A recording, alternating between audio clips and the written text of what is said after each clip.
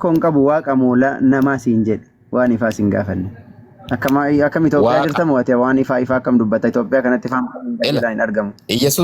Yesus Kristos nama qulqulluu waaqa qulqulluudha. Ragaa naa kenna. Maal ragaa sii kenna? Nama qulqulluu waaqa qulqulluu kan jedhu ragaa naa kenna.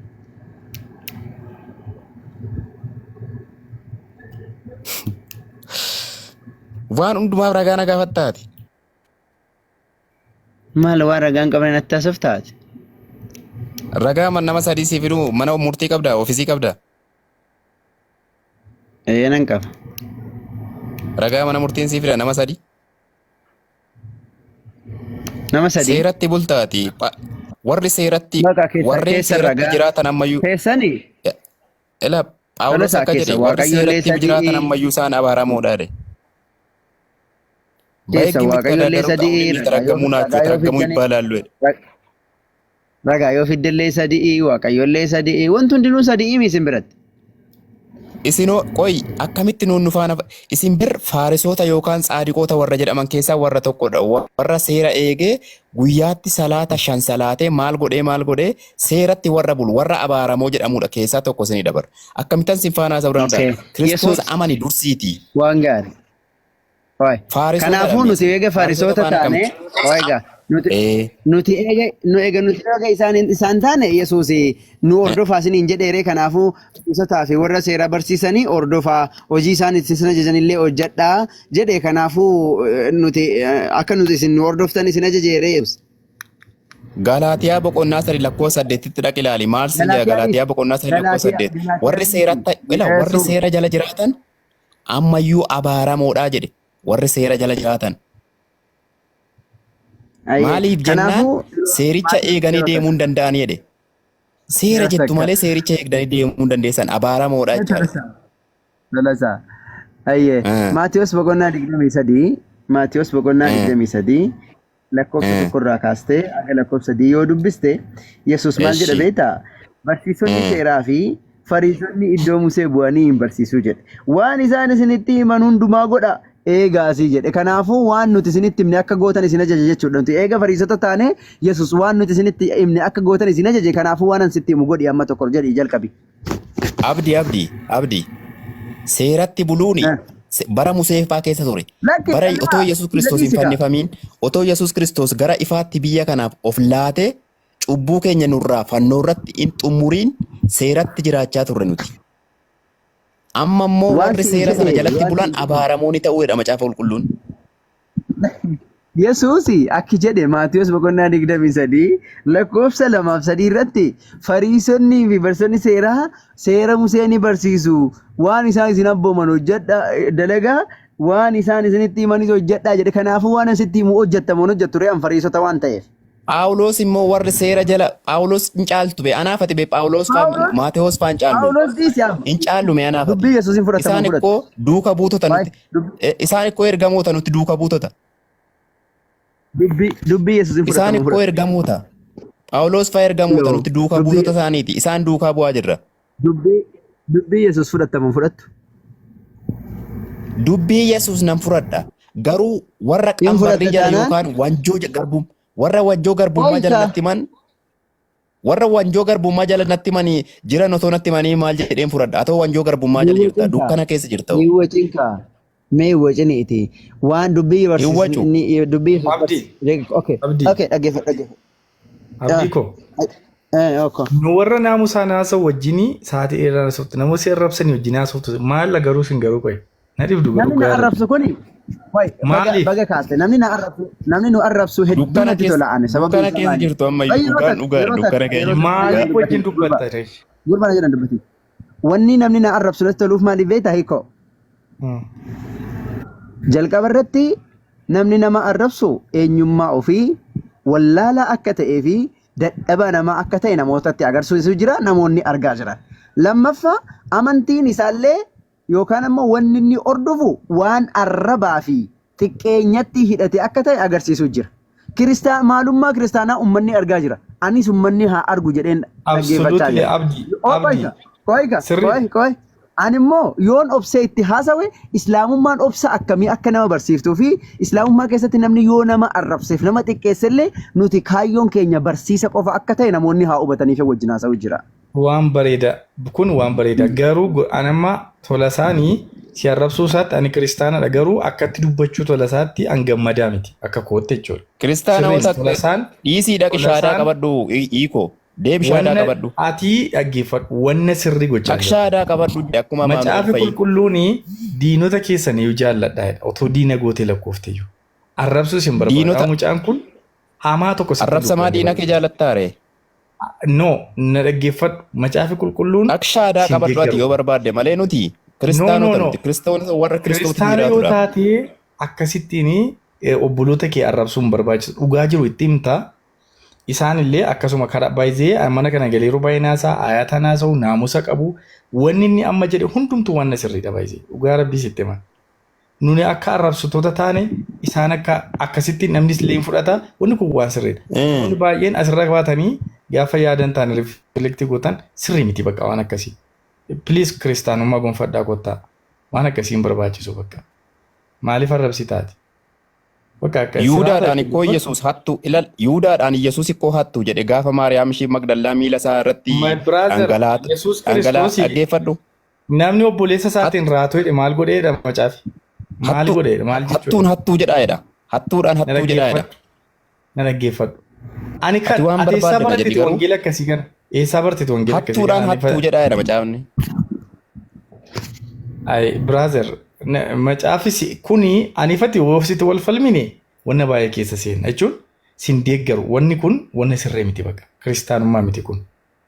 Kanaati isaan faarisoota miti jettee ati faarisoota miti jettee hiikoo maannoo hiikoo noo maannoo simaka faarisoota miti jarri kun jettee.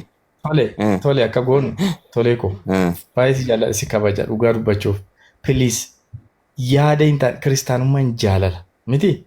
Danda'u faarisoota miti jechuu barbaadaa maaliif sana asirratti mul'istu dhiisii murtii akkasii gaggeessu amma dhugaa si bira jiru maaliif ifan gootu ati dhugaa si bira jiru arrabsoodhaan ala beekumsatti ergattee goruu sinan jedhan baan barbaaden garuu bakka faarisoota bakka yaallee una gadi koone minim riirraa hordofuu qabda kaa nu hordofu nu jala deemuu qabda waan nu sitti himne hojjechuu qabda kaa akkas taanan barre gurbaa hin jedhu ati faarisoota yoo taane Wai, sigarsiisa qoy. Seeratti warri seera jalatti bulan isaanii baaramuudha jedhama. Abdii. Wai, ini yana masrajaa. Galaatiyaa boqonnaa sadii lakkoofsa 8 baase dhaqii Phaawulos kan barreesse. Wai. Amma kanaaf yeroo takka. Galaatiyaa boqonnaa sadii lakkoofsa 8 dhaq baasin jedheen. Wai. Galaa fe'adhuun yeroo takka. Barsiisonni seeraa Fariisonnis iddoo Musee bu'anii hin barsiisu. Eenyu Fariisonni? Fariisonni maal ta'u iddoo Musee bu'anii barsiisu. Nu Fariisotaami? Nuti seeratti qabamnee jiraannu nuti. Yesuus Kiristoos fannoo qaraanii irratti jireenya keenya gara ifaatti nu baaseera. Seeratti qabamnee jiraannu. Seera jalas hin jiraannu nuti. Mee yeroo takka tasgabbaa'ime naa obsimee yeroo takka. Eeywa. Barsiisonni seeraa Fariisonnis iddoo Musee bu'anii hin barsiisu. Waan isaan isinitti himan hundumaa godha. Eegaasii jedhe Yesuus. Waan nuti himne inni bara Musee keessadha. Bara Musee miti. Bara Yesuus. Yesuustu dubbate bara. Yesuustu dubbate kunoo. Ergasii Yesuus utuu achi jiruutti bartoota isaattis dubbate. Yesuus utuu achi jiruu bartoota isaatti dubbate. Maal jedhee? Barsiisonni seeraa fi Fariisonni Musee bakka Musee iddoo Musee bu'anii hin barsiisu. Waan isaan isinitti himan hundumaa godha eegaasii jedhe. Kanaafuu waan nuti sitti himne gootamoon gootu amma. Maal ani koo fannoo qaraanii irratti Yesuus rakkinicha narraa fixeera. Maal hojiin Fariisota jala deemaa? Waan nuti hojjan waan nuti si ajajne gootamoon gootu. Tasuma waan ani sin ajaje gootu malee waan sin ajajjan hin godhu. Waan ani sin ajaje Yesuus faallessiteessa. Dhugaa waaqayyoo akka jiraata. Waan ani sin ajaje gootu malee waan sin nu ajajjan tasuma hin goonu nuti. Yesuusin faallessitee jirta kaa. Nuti warra ifa jala jirudha. Yesuusin dubbii isaanii fudhatamu gara keenya. Gara keenya koottaa. Tasuma gara keessan dhufuu hin dandeenyu nuti. Kiristaanummaan gara keenya koottaa. Tolasaa waa tokko si gaafadha. Ifa keessa jirraa jettee hini. Ifa keessa Ati jirra. macaafa qulqulluun isin ifadha ifa biyya lafaatidha mi? Maal hojii karakkarta Jedha dheedhee miti. ta'u? Oika ifa biyya lafaatidha miti. Fakkeenyaaf atamma Eh, fakkeenya si fudhadhaati baatirii salgan qabatamu hin beektaa? Beektami? Baatirii salgan qabatamu hin beektaa? Ishii. Isa of harkaa qabda yoo ta'e namni tokko dukkana keessa jira yoo ta'e ifaa sana ibsiteefiitu akka inni gara keetti dhufu gootamini. Miti. Ela Ifa sana ibsitaa miti. hiiko. Akka gufuun hin Hiiko dhufne. na Oye, no, no, no, dhageessaa. no. Na dhaggeeffadhu kaa qoy. Ificha ibsitaa Jarri miti. sin dhaga'ani koo. No. Jarri sin dhaga'ani. Gara kanatti hin deemin kaa jajjiin godhin akkasittiin. Garuu waan ati gochuu qabdu maallati. Ati waan qabdu nama laattami. Waan hin qabne nama laatta. Qajeelummaa Waan gaarummaa dhaggeeffadhu. Qajeelummaa gaarummaa qabda taanaan tola dubbachuu qabda taanaan hojii namarraa si taasirratti baate. Waan qabdu nama laattaniiti. Miti. Wanti ati dubbatu waan Jarri waan qabudha. ati jettu sitti dhaga'anii sin Kana jechaa jiradha. dhiisiti maaf akkatti fudhattaati? Maaf akkatti fudhattaati? Akkasitti fudhatamu godha. Ennaattiin toon dhaga'anii isaanoo giruuppiin si karakkaru maal jechuu barbaaddaati? My brother, Giruuppi ani ikoonoomii akkasiin jedhu. karakkaru. Iyyaayye Akkasiin jedhu. utuma laalaa jirtu Akkas- akkamitti akkas dubbattaati? Akkasiin jechaa jiru. Akkasii jechaa jiru. Waan isaan sitti dubbatan kuni ati isaanis kutaa macaafa qulqulluu keessatti dubbatuni haga dandeessu macaafa dubbisiiti ati immoo deebii wanna sii kennu dhaqee laadhu. Please baay'ee jaalladhu kabaji nama kamiiniyyuu hin arrabsu. Nuti- Kiristaanummaa miti kun Nuti bara warra Kiristoosiin karakkaran warra Kiristoosiin gurguran faana baay'ee dhamaa'uun barbaannu. Kiristoosiin jedha. Warra otoo beekanii jedha. Warra otoo beekanii sin falman wajjin hin falminaa jedha. Kiristoosin gurgurree nuti. Abdii. Otoo Abdii. beektanii falmi tokko. Abdii ko. Eh. Abdii ana wajjin dubbadhu. Warra Kiristoosiin gurguran jedha koosin. Yihudaa Ay, faana wanta garaagarummaa yaada qaba. tokko bichaan Qoy abdii baalla. ko. Abdii. Eh. Please. Iddoome Qorontos boqonnaa 15 sana daqiiqaa muraasa waliin dubbannu maaloo. No. Easy. Qoy xiqqoo isa geggeessee kaa. Isa geggeessee kaa qoy. Isa geggeessee kaa. Tola isaa nuti Waaqayyoon gurgurre Yesuusi. Bareechitanii gurgurtan malee maal akkamitti? Okay. Nama Waaqa gurgurre nuti. Eh? Nama gurgurre moo Waaqa gurgurre? Kiristoos Yesuus gooftaa ta'uusaa waaqa abbaa dhugaa baheefiin siin jechaara. Lakki inni nuti gurgurre sun nama Nama moo iyyuu miti Waaqa? kan dhugaa baheef. Ela kan Kiristoos abbaa gooftaa ta'uu dhugaas. Wayne. Inni nuti gurgurre sun Waaqa moo nama gurgurre nuti?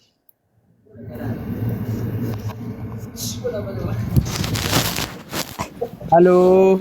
Tola isaa inni nuti gurgurre nuti Waaqa gurgurre moo nama gurgurre? Ofirratti hin bilbilini. Ofirratti hin bilbilini.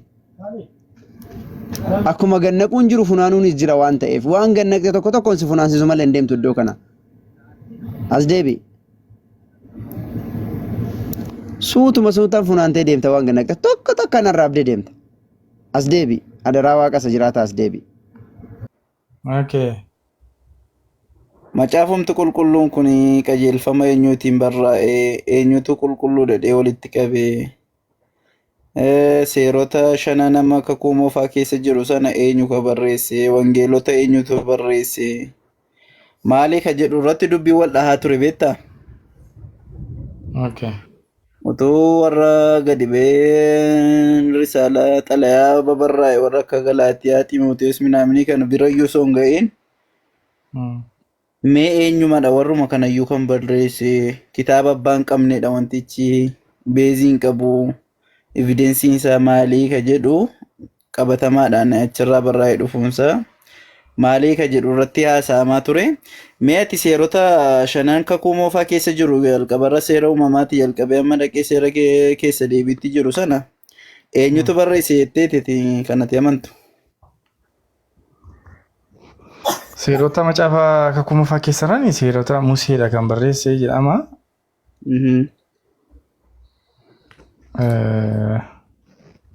Museen akka barreessetti beektaati? Akka Museen barreessetti beektaa? Inni Museenis kan barreesse hin qaba. Kamiin barreesse fakkeenyaaf Museen? Amma fakkeenyaaf seera keessa deebii seera ba'uu seerotni shanan kan akkasuma akkasumatti. Akkasuma Mee seerota sana keessa Museetu barreesse yoo jenne wangeelota biraa qabdaa tamma macaafa qulqulluu? Nan baasa rakkoon qabu wanti inni irraa nan qaba. Mee seera keessa deebii boqonnaa 34 lakkoofsa 5 nu banime. Keessa deebii. Keessa deebii meeqatte? Boqonnaa 34 Keessa deebii boqonnaa 34.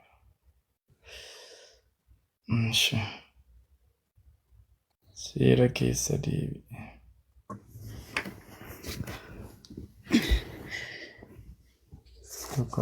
Tokko. Macaafa Ermiyaas macaafa.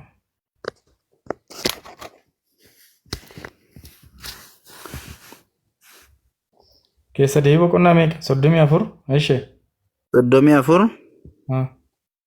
lakkoofsa 5. Ish. 34 Museen du'uu isaadha. Normaalee ishee. Hayyee mee dubbisime. Kana booddee Museen garbichi Waaqayyoo akkuma Waaqayyoo jedhee ture sana biyya Mo'aabitti hin du'e. Waaqayyoo dachaa biyya Mo'aabitti fuullee Beet Phe'ooritti isa hin awwaale. Haa ta'u iyyuu malee hamma har'aatti iyyuu namni iddoo awwaala isaa beeku hin jiruudha. Musee maal hubatte mimmekeeta kanarra maal jedhaa jira? Waaqayyoo malee kan beeku hin jiruudha. Iddoon itti du'e san fuullee Beet Phe'ooritti iddoo naannoon itti Tokkoffaa maal jedha beekta jalqabarraa akkasuma shanii Musee garbichi Waaqayyoos jedhe akkuma isaan jedhetti achuma Mo'aab keessa. No. Akkas miti ila. Kana booddeedha. Museen garbichi Waaqayyoo akkuma Waaqayyo jedhee ture jedha. Akkuma Waaqayyo jedhee ture. Translate isa tokkorraan dubbisaa jira lakkoofsiin jijjiira isa ta'edha jirtuttis rakkoon hin jiru siin dubbisa. Ayyee jedh. Akkuma Waaqayyo jedhee ture sana biyya Mo'aabitti hin du'e. Geessee akkuma Waaqayyotti dubbatee ture biyya kakuu sanatti hin galtoo jechaan ture Museedhaan Waaqayyoon kan hin galle itti maatu ati hin galtoo dheeraa. Eedha. Halaa kun asii banuu. Asirraan dubbistaa? Yookaan walumaan dubbisnu. Akkuma Waaqayyo jedhee ture. Isaan jedhee ture dagate gaa. Isaan jedhee ture akkuma Waaqayyo isaan jedhee turedha asirraa. Intini translate adda addaatiin inni rakkoon qabu. Oromifuma lamatu jira. Isa baneessi ture isa kana teennaan akkoo isa kanatti si deebi'e. Translate lama inni rakkoon qabu wal dhaba. Inni mata duree biraatii isa inni wal dhabe walitti deebina rakkoon qabu. Achi maal jedhaa?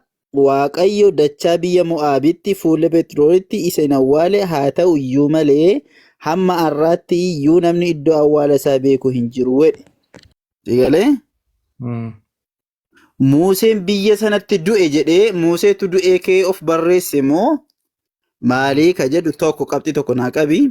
Lammata immoo maal jedhe gadi siqee hamma har'aatti iyyuu iddoo awwaala isaa namni beeku hin jiru jedhe. Hamma har'aatti gaafa yeroo wanti kun barraa'aa jiruu fi duuti Musee walirraa fageenya wayii qaba. Hamma har'aatti gaafa jedhu barri wayii gidduu jiraachuu ibsa. Egalaa jedha miti? Seerota kana Museedhaaf kenname Museetu barreesse jedhama.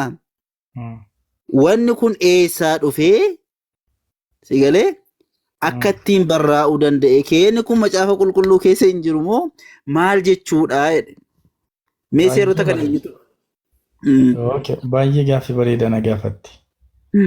Kutaa mana gaafatte.